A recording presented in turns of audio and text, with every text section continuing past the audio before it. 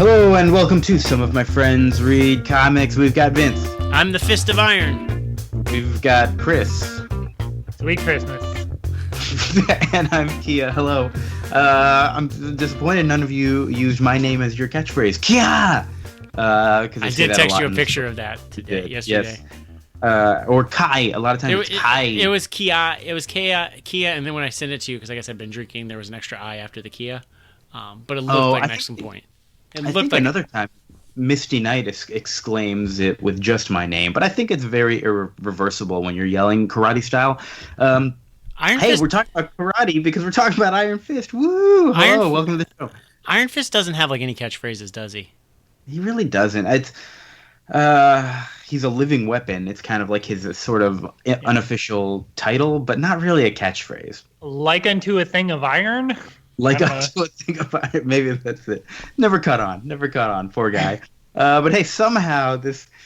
It's such a Chris Claremont thing. That's right there with the focused totality of my psychic powers.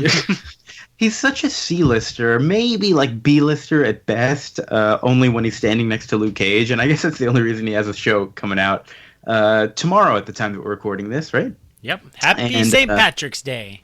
Woo! Happy St. Patrick's Day. But yeah, somehow this guy's getting his own show, and I guess it makes sense. The Defenders, you have, you have a minority, you have a female, you have a disabled character, and so you kind of have to round it out with a white guy. A lot of them like to complain if there's not one of them present. So a rich white guy. Yeah, you got to basically follow a cool black guy with a rich white guy. It's kind of dull and awful. It's but I am excited to see what kind of stories they tell once they do assumedly pair up and get to be BFFs, because they do have a really fun dynamic. But yeah, not sure how forward I'm looking to for this Netflix series here. But we did decide to talk about some Iron Fist, and so we read his first series from the mid-1970s when, as Chris was saying, Chris Claremont was taking over writing duties for Iron Fist.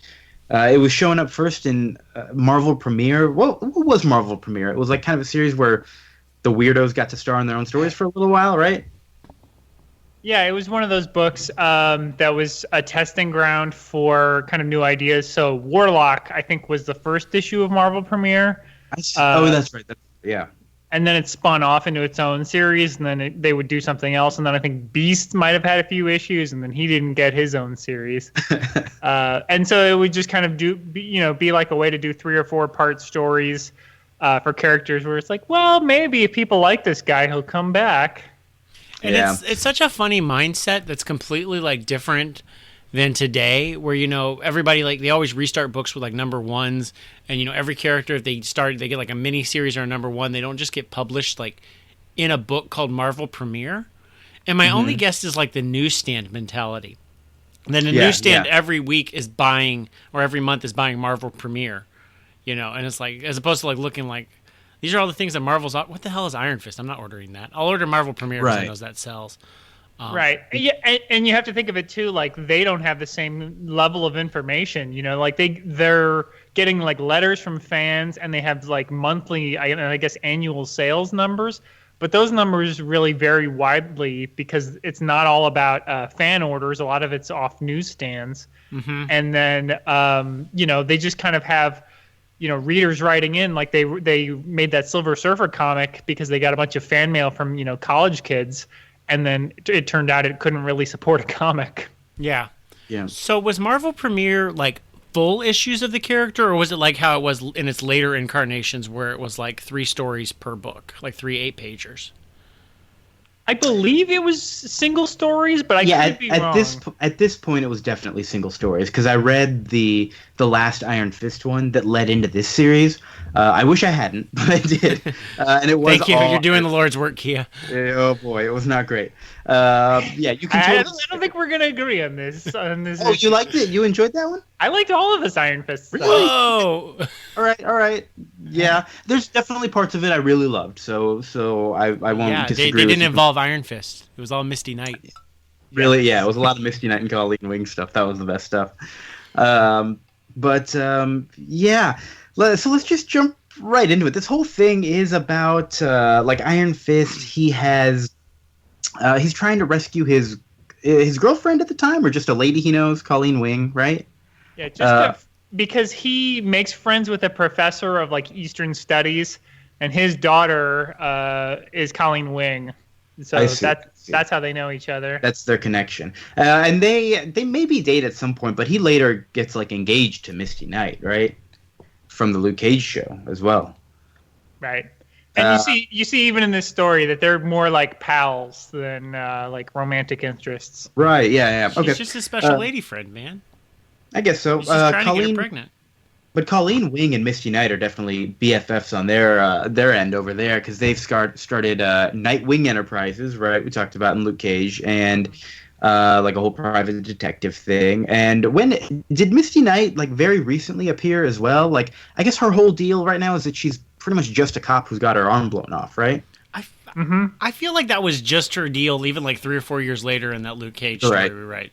Like, like it's like I gotta say, I'm surprised. I was thinking about this as I was reading it, that she lost her arm so early in the comics, and they went through all of season 1 of Luke Cage and never took her arm off. And they even had a moment where they like shot her arm, and it was like, oh my god, is she gonna lose it here? And no, she's fine.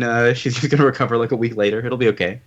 And so I was very confused they didn't do that. Anyways, none of those things are the star of our series, Iron Fist, but they're a lot more interesting, so I'm probably going to talk about them a lot more. But anyways, Iron Fist is trying to go rescue Colleen Wing. And in the first issue, he's fighting Iron Man for no reason.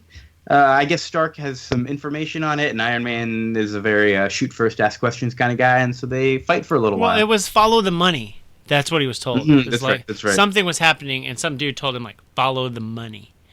And it's like, yeah, this rich asshole. Like, that makes sense. Let's go. And didn't they find find a name tag, like a Stark name tag or something? Yeah, it's in the previous issue. That's right. That's right. In the Marvel premiere issue. So they said, let's go find Stark. And then Stark says, oh, sorry, all just a big misunderstanding. I'm too busy to help you because of my own solo series. So I'll talk to you later. Bye. Right, and we right from the beginning kind of see the problem that this series is going to have, which is that Danny is completely outclassed by everyone he fights. There's a moment, but it's not the joke. But that's not the joke. You're right, it's not the joke. The white guy who is the best at kung fu is actually not the best at kung fu. Like he really is like Beverly Hills Ninja if you didn't play that for comedy. Yeah, exactly. And the whole thing is very disorienting a little bit because the captions are all written in first person. Not second person. Second person. Yeah, second person. Where it's like, you do this, you do that.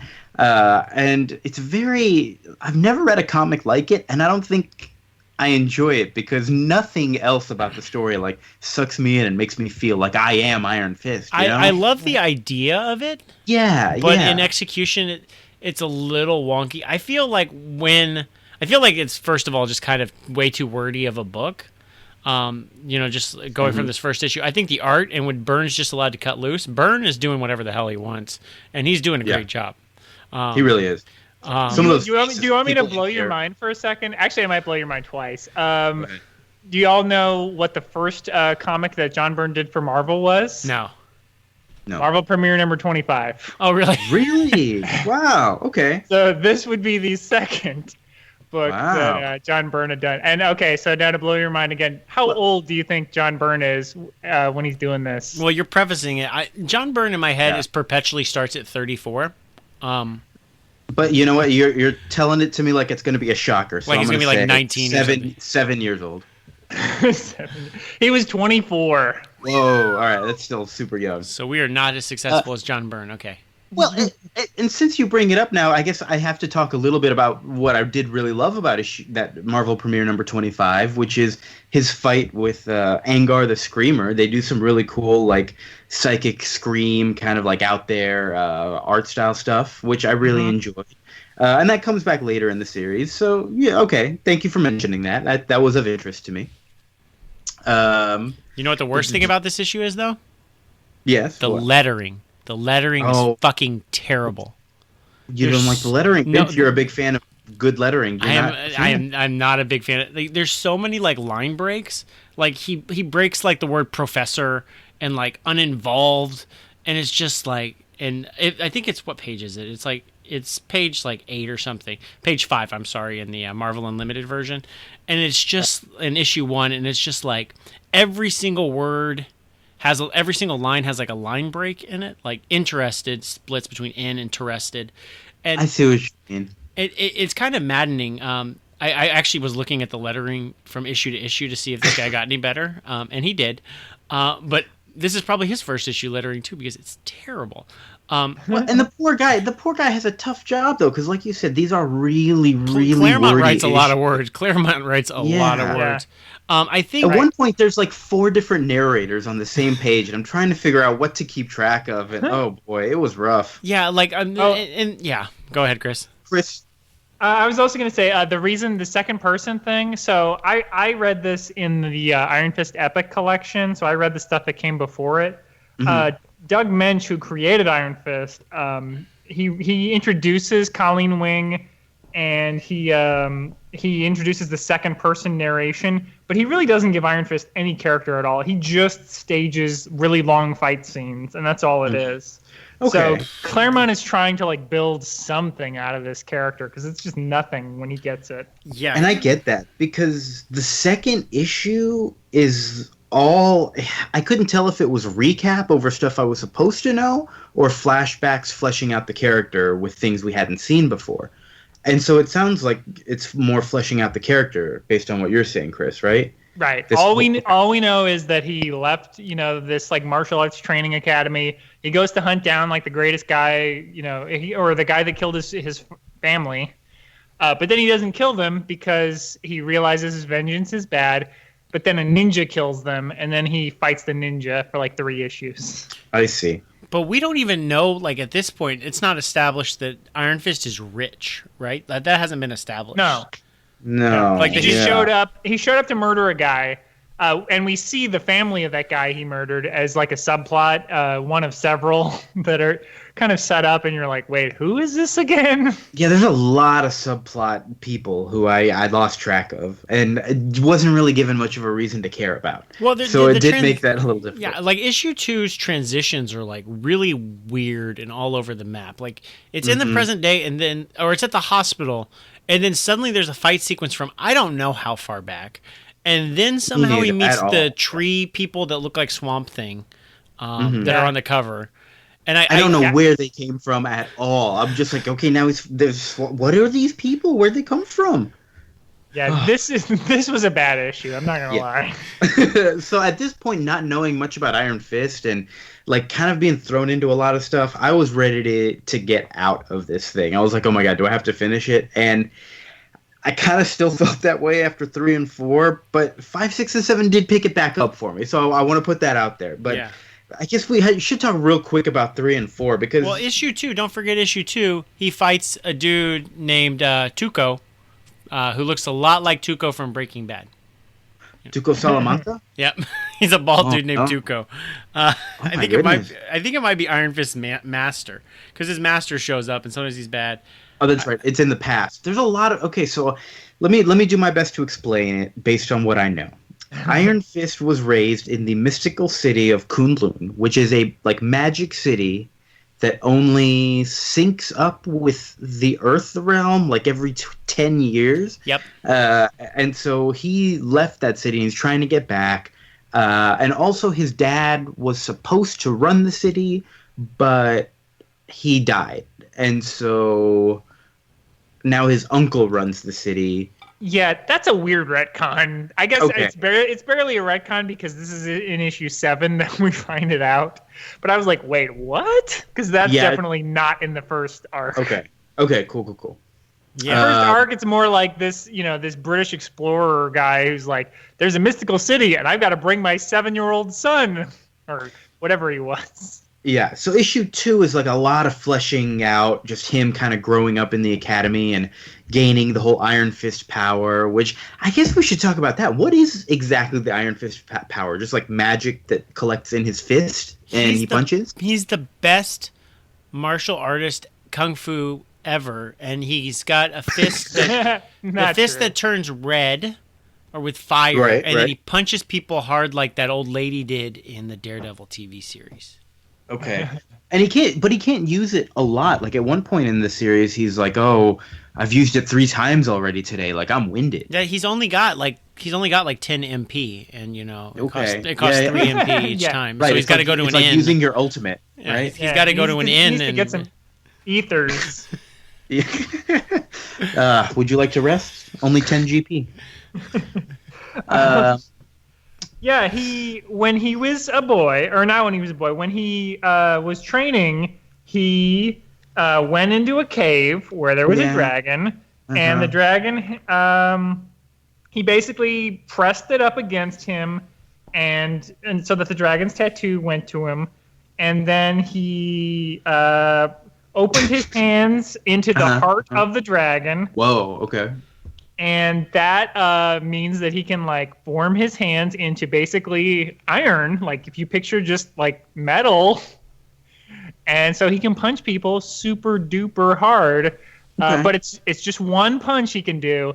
But as he finds out during the course of these adventures, he can also use it for good. Whoa. That confuses me because they never draw it to look like iron. They always draw it to look like fire, like a fiery fist. And I'm like, call him Fire Fist if that's his name, or if that's what he's doing. I don't know. You already have an Iron Dude. Yeah, and we fight him even in our first issue. It's really exactly. Yeah, that is the fans have been demanding it. Yeah, you have to remember that Iron Man was very B-list at this time. Iron Man was B-list when they made the first movie. Yeah, that's true. I always forget that Iron Man was like never a big deal until that first movie came out. Which who would have thought?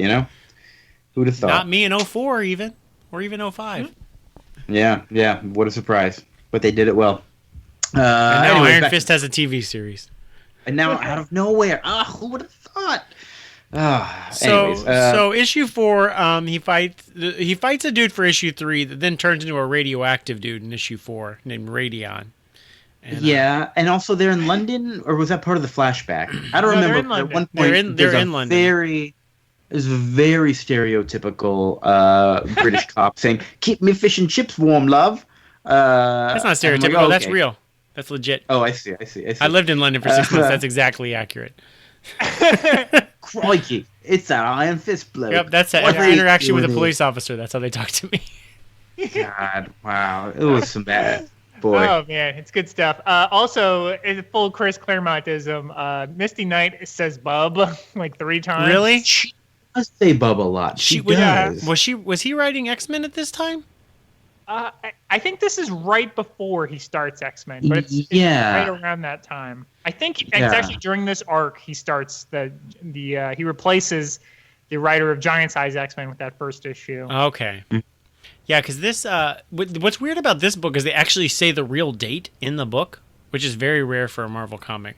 To say like this happened in May 1976. And I've been looking for Colleen for 6 months because like the previous issue said like November 75. It's very weird. I mean, Jean Grey's tombstone said 1980 on it. I remember that. Yeah, at this point in comics, a lot of stuff was running. Like Spider-Man's life throughout a lot of the 60s and early 70s was super like, oh, it's been a month between issues, Like he did like 3 or 4 years of college in 3 or 4 years. Yeah, he was what, like 14 or 15 when the spider bit him, and he's already in college by the time it's the 70s. So he fights this Radion guy. I mean, it was like a fine random 2-issue story. I don't understand why it went here instead of finishing out the whole Colleen thing, because it had nothing to do with any of it. But I mean, I guess that is kind of how comics were back then. You would, eventually come back to things, and it just felt like there wasn't a sense of urgency. Like they're trying to brainwash your lady over here. Not your friend. They're trying to brainwash your friend over here. Maybe go rescue her instead of dealing with this. All right, world is in danger. I get it. Yeah, I mean they're not trying to. They're trying to milk suspense out of this story arc, which I get, and that's fine. But I do feel like they kind of lost the through line of like moving things forward as far as like what's going on. Because when we get to issues 6 and 7. It's literally just like, here's all the information you need. Just go fight them. Yeah, it was a lot all at once, and I wish it had been spread out a little more, a little better. I don't know. Um, yeah, I'm not super impressed with Chris Claremont's writing here. But it does get better as we go. I kind of do like those issues where everything is packed in. Although in the next issue, number 5, he meets that Irish guy from the Power Man issues that we read way back when. Is that really the same dude? Is Yeah, that the bomber dude? Oh my Yeah, the god. bomber. Yeah, he's trying to reform Alan Kavanaugh. Was that his name? That's why his name was so familiar. Because that was the yeah. dude that was like, who bombed us? That guy. Not me. I haven't Yeah. bombed anything. Oh my god. I didn't even put Yeah, that. he's like, I'm trying to reform myself. I'm not a bomber anymore. But How did he even get to New York? I mean, I guess it's the 70s, so we're not just turning people away when it's like, oh, you were an IRA bomber, huh?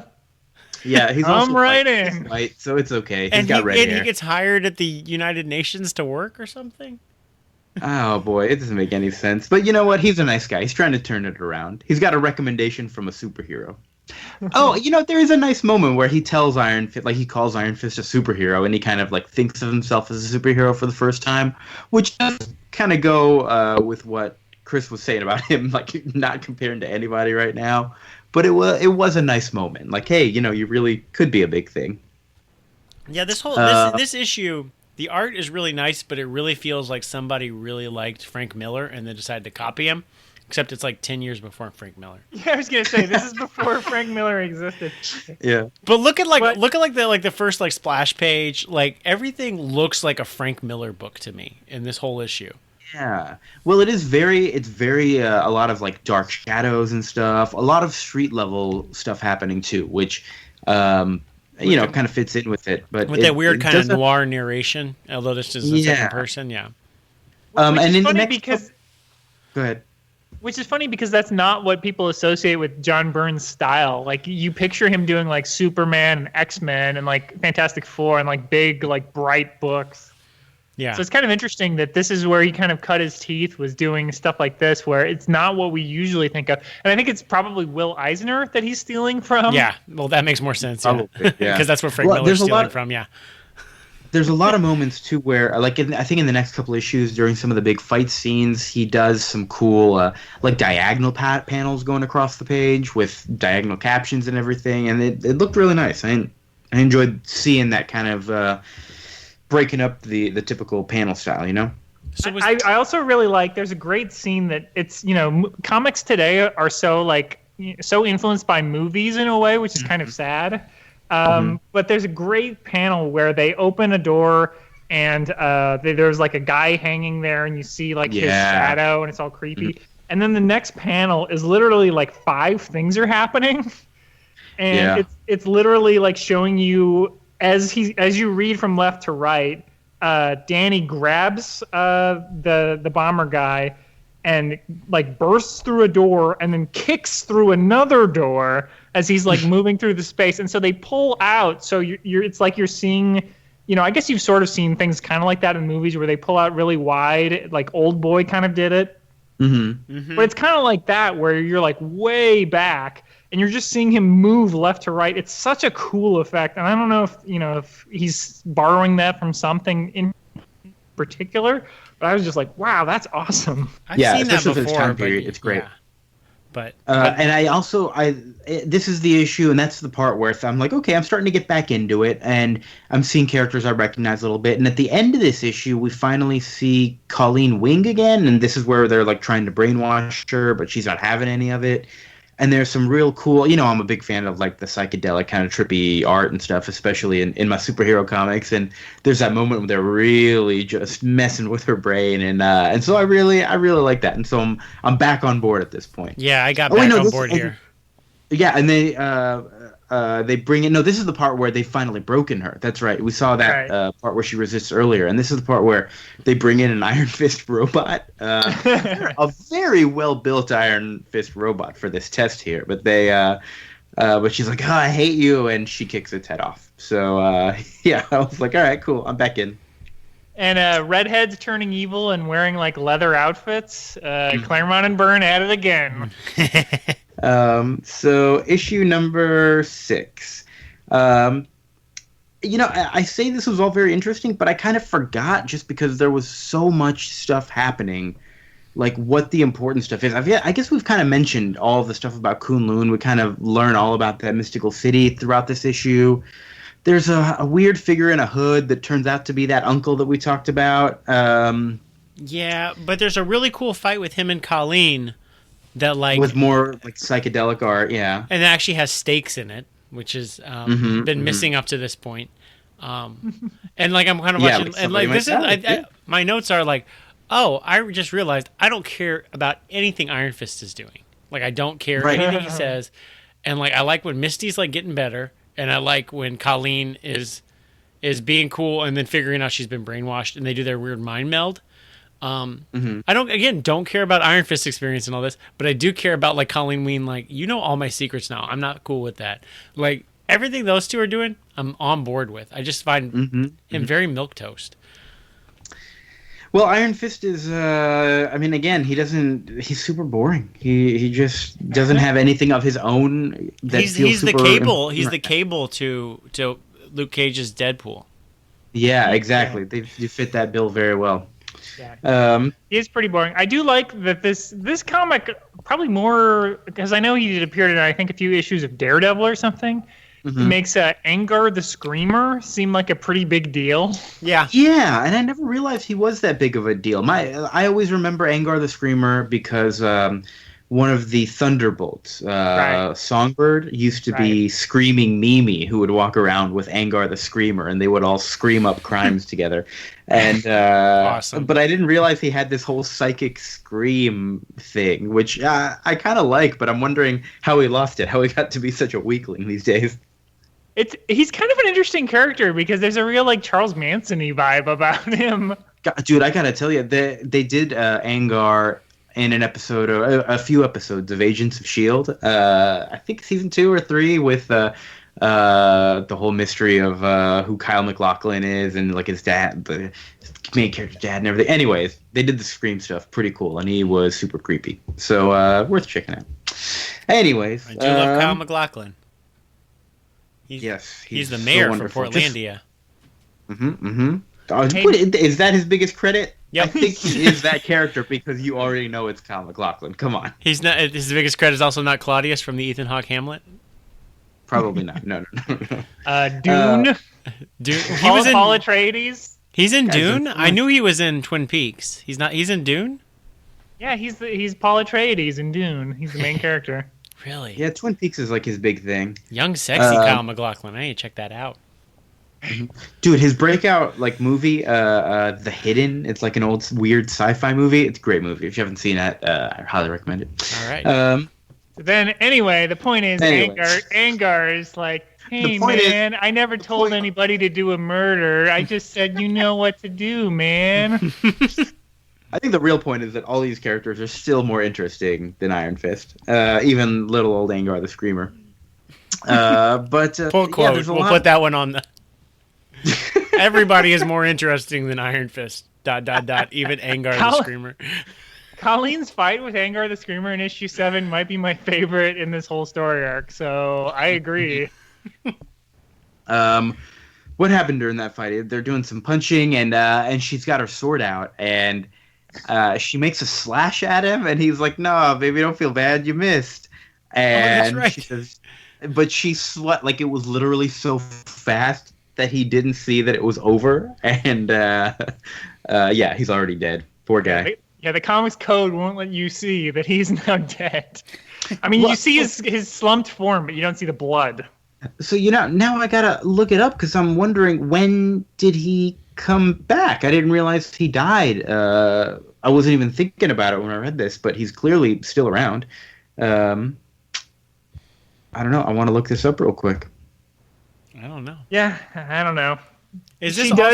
She does do another Kia when she slashes past him. Kia. Is this issue or the previous issue the introduction of Jaren Hogarth also?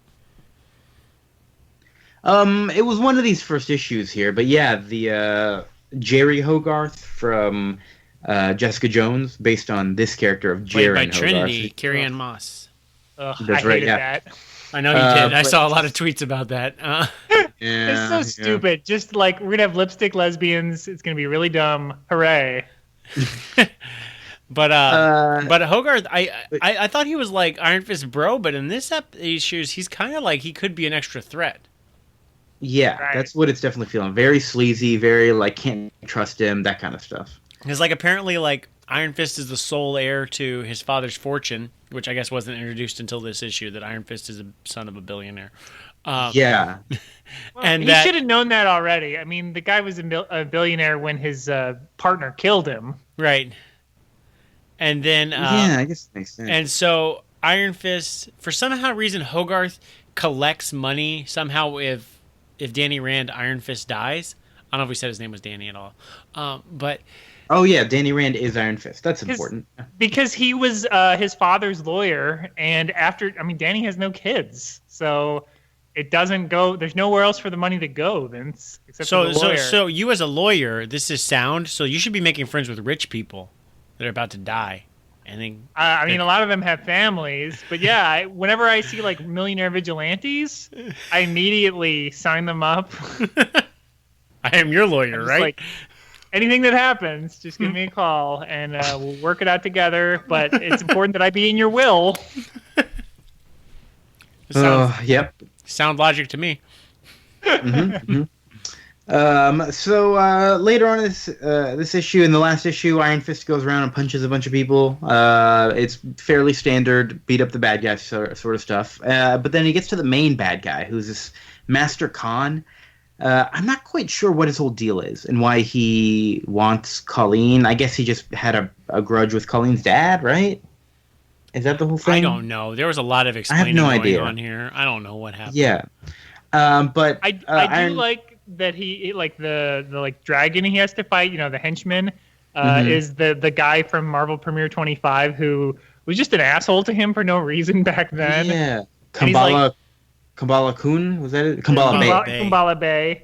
Yeah. And he's like, and he's like, you're tired, Iron Fist. Now I'm going to take advantage. And he just beats the shit out of him in one page. You're like, oh, okay. Yeah, that wasn't it wasn't super exciting. It was just another guy for him to beat up. But it was a fun little moment of a nice little fight. It was good for showing that it's like, even though I'm tired, like now that I put my mind to it, like I can beat the shit out of you, one random fat guy. Ki, that's where he says the Ki, but it does look like Kia. So the main guy, Master Khan, is like, oh, I'm going to offer you something so that you will walk out of here and let me go. And he opens a portal to the mystical city of Kunlun, which Iron Fist has been trying to get to. But, he's made all these friends here and on Earth now, which I never really thought of Iron Fist as like from another world. I didn't realize he had spent so much time in the city over there. But yeah, he's like, no, I can't do it. I have too many friends, so I'm staying here. I'm gonna beat you up instead. Cool. And then he and Colleen Wing are like, cool, let's go have adventures together for a while. And that's kind of it, right? Yeah, and teases there's gonna be something with tigers. There's gonna be something with tigers. Tigers in the night. And Khan gets sucked into some kind of rift between dimensions or something, but he'll be back. I also looked it up. Angra the Screamer, I guess, just didn't die. Colleen Wing said, my slash kills, but she didn't kill. So, I don't know. They just rushed him to the hospital, and then they're like, oh, he'll be okay. He'll be okay, yeah. So that's what happened to him. That's how he came back. Good for him. Cool. So yeah. Overall, I'm very mixed on this because I kind of like where the story is maybe going, but I really, again, just care more about Colleen Wing and Misty Knight. And I don't like Chris Claremont's writing. Like, it's just too much. I like the stories he comes up with, but man, just let the pictures breathe, man. Let them breathe. Vince. Yeah, I kind of agree, but I'm not sure if that's. I wasn't sure if it was like the Marvel method. With the art first and the words later. It is kind of all comics around this time, yeah. It just seems like the transitions are missing between the art. Like, issue 2, I think, is like the proto-example of, like, there's a lot that happens, and there's a lot of scene switching, and the dialogue doesn't help with that scene switching. It doesn't. Right. If you're going to give me so many words, make those words helpful, please. Or like when Kavanaugh is first discovered, Iron Fist is like, running around town and he hears some guy getting beat up and he sees Kavanaugh getting beat up. He sees a redhead getting beat up. And then there's like 5 pages of fights and where the redhead is never in panel, where Kavanaugh's never in panel. And then suddenly, after the fight's done, he's just talking to Kavanaugh, but there's no words to say like, well, thanks for helping me there or anything like that. He's just like immediately talking to him like they know each other or like there's accusatory. And I'm like, is this another boss that he just didn't fight yet? Like I was very confused on the continuity between the art and the dialogue. The second person narration could have been really helpful. Yeah. You know this person from this place. This is who they are. Yeah. So so like part of it's the art not helping. And then part of it's like the words not supporting the Marvel method of like helping that glue figure out how to make this more clear. But I will say I liked the art. I like some of the ideas in here. I like the supporting cast. I don't like Iron Fist. I don't like him at all. And there's part of me is like I don't like the issues that kind of jump around with flashbacks. I like the kind of like cleaner focused issues. Like I liked issues 3 and 4 just because it was like this is just like a pure fight issue, and then mixing it up with like a super lore heavy like plot twist and turns, bunch of weird fights issue like for issues 6 and 7. Like I like that it mixes it up so it's not just like the same type of issue each time. I like that idea in concept. All right, yeah, that makes sense. And Chris, you've already said you really enjoyed this. Please elaborate. I mean, I think it's really interesting stuff. It's a good mix. It's not quite what I would call a kung fu book, which it I think originally was, which was just kind of an excuse to like have 15 to 20 page fight scenes. Right. And it kind of evolves away from that, which I think is a good thing. But the leftovers that Iron Fist feels like a character that came from that. Yeah. So there's just not much to him. I gotta ask you, they had that other book, Shang-Chi, the Master of Kung Fu. Was that before or after this? It was right around the same time. I think it might have been a little before, but it was around the same period. And that is like a pure like karate book. Right. That's a lot more. It was right before, it looks like. December of 73 is when that came out. Right. So I guess there was just a big craze right now. And right. And that, I mean, Shang-Chi looks like Bruce Lee. It's just he does karate. I mean, he's barely a superhero. He's like a karate guy. He does kung fu, man. It's different. That's a different art. Yes. The legend continues. Oh, that's all right. But it's I agree with Vince. What I like about this is the supporting cast and kind of the potential that I see in it more than some of the actual stories. Issue 2 is really bad. I don't think there's any two ways about it. Iron Fist as a character I just don't know enough about him or care enough about him. And those two, like he meets these two friends. We never see him again, I would like to see something like, oh, they've been like changed somehow by these aliens or something. But it's like you failed to save them, Danny, just like you're failing to save Colleen. That's all that story was for, was just to be like, here's a fun story from Iron Fist's past. It didn't really work for me. Yeah. Well, it's worth noting that this series did get canceled fairly shortly into its run. It only went for 15 issues, and they kind of wrapped it up in Marvel Team Up, and then a few years later, it was those Power Man issues, the Luke Cage stuff that we read on the Luke Cage episode a while back, and so that's when they kind of brought him back in and gave him an excuse to get back into the limelight, which I'm glad they did. Makes both characters more interesting, I think, to have them together. Yeah, I think it was during the hiatus in between Luke Cage and him having his own series that Jean Grey actually moves in with, I think, Colleen, one of those two. Oh, interesting. And so Claremont really tries to keep those characters alive just so he can keep having Misty Knight and Colleen Wing show up randomly in comics. Interesting. That makes sense. I like that. Because one of the other things that is, I don't know, I thought was kind of neat, is if you kind of look up these characters, a lot of them have appeared in other things. I mean, the one guy in issue 3 specifically mentions, oh yeah, I teamed up with the Puppet Master one time, but I'm not a bad guy.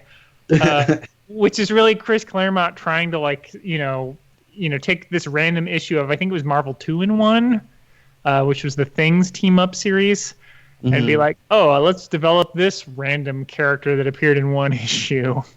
Well, that's like Vince likes to talk about how, when we're younger, we didn't have the internet, and we're reading these comics, and the only way we know who appears elsewhere is those little bubbles at the bottom that say, oh, last appearance was in this series over here or something like that. And we say, okay, now I'll go check that out so I can learn more about these characters that I love and care about. I misread something, and I thought it was a really cool idea for a comic book that I may put in something if I ever write, where if you put a future issue in your note. Like, you find out more about this guy in issue 16. It's like, it's only issue 7. It's like, yeah, buckle up, guys. Honestly, they do that a lot these days, where, like, read more about such and such in the upcoming Marvel I don't want to events, say even upcoming. It's just like, you'll get more in flashback later. All right. That would be fun. Especially because this book jumps around, like, in flashbacks and everything enough. Like, it could work. It would work. It would. But it was just a typo. There are better Iron Fist stories out here, though. I'll tell you that right now.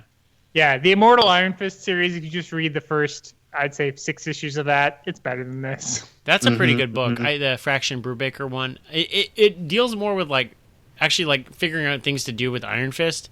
Like, he's part of a legacy of Iron Fists, which I don't know if Fraction and Brubaker invented or if that was added in subsequent miniseries for Iron Fist. No, because didn't they add, mention it in this story that he, won the power of the dragon? Maybe. From yeah, it's hinted at, so I assume it gets developed more. But I really love, because that one is that he finds out that every Iron Fist died at age 33, and it's his 33rd birthday.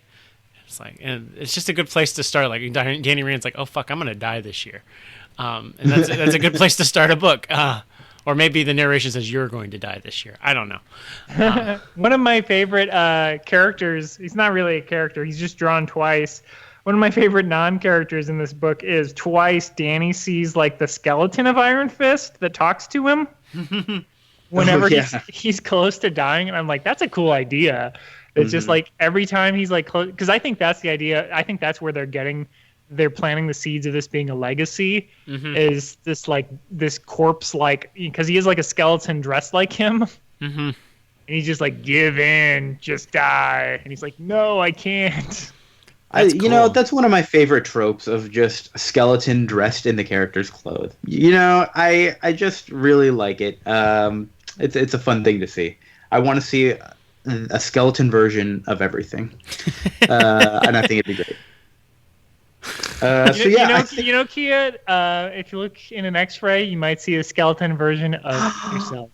A skeleton. Oh. Just what I've always wanted. Okay.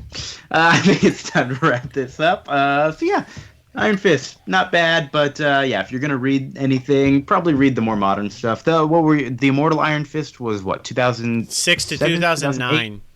2006 to 2009. Okay. Fraction and Brubaker left. Brubaker left after less than a year, and then Fraction kept it going through issue 15 or 16, and then Dwayne Swazerski took it over for the next year. And I like the Swazerski run just fine. I don't think the internet likes it as much as Fraction and Brubaker's, but it's fine. Literally never even heard of that author, Dwayne Swazerski. I've never read it, and I didn't know he was a person. Sorry, I'm sorry, Dwayne the Rock Swazerski. I'm sorry, I didn't know you. Poor guy. But you like what happens? That's a good joke.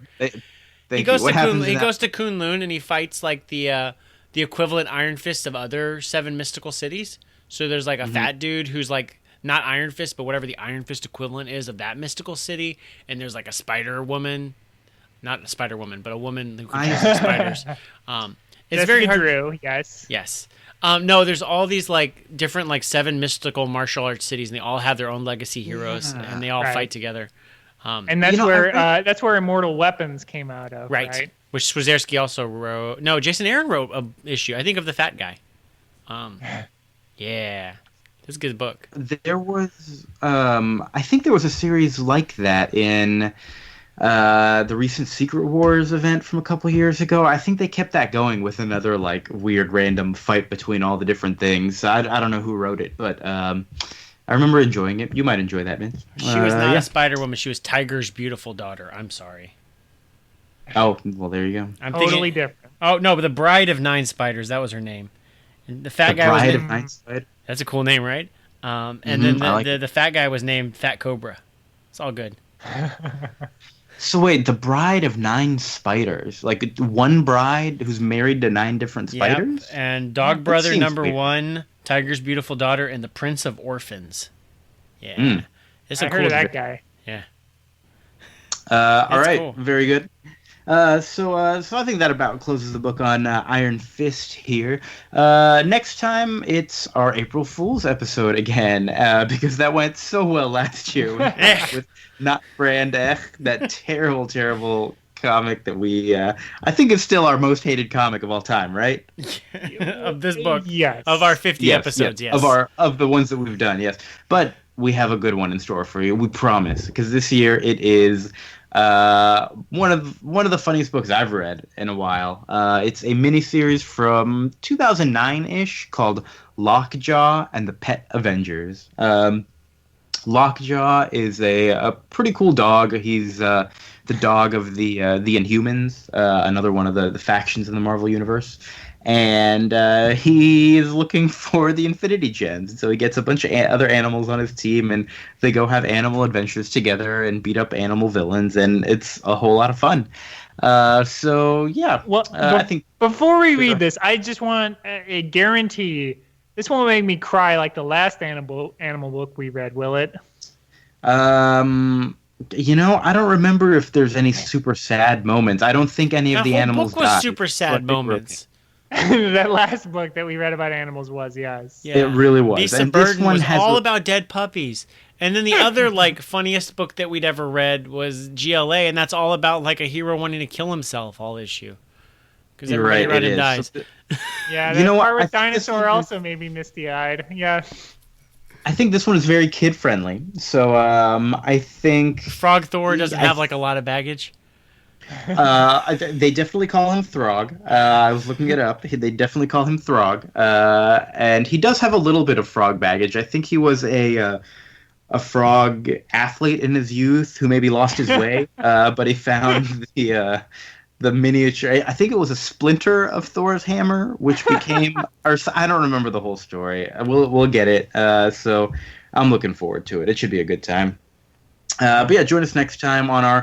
Oh, geez, I didn't even mention it. It's our 50th episode this time. Hooray! Thanks for listening. That was our 50th episode celebration. Cool. We did it. Thanks for joining us. We love you so much. Love you, Vince. I love you too. I love you, Chris. Good to see you. Oh, bye. We'll get him in those next 50 episodes.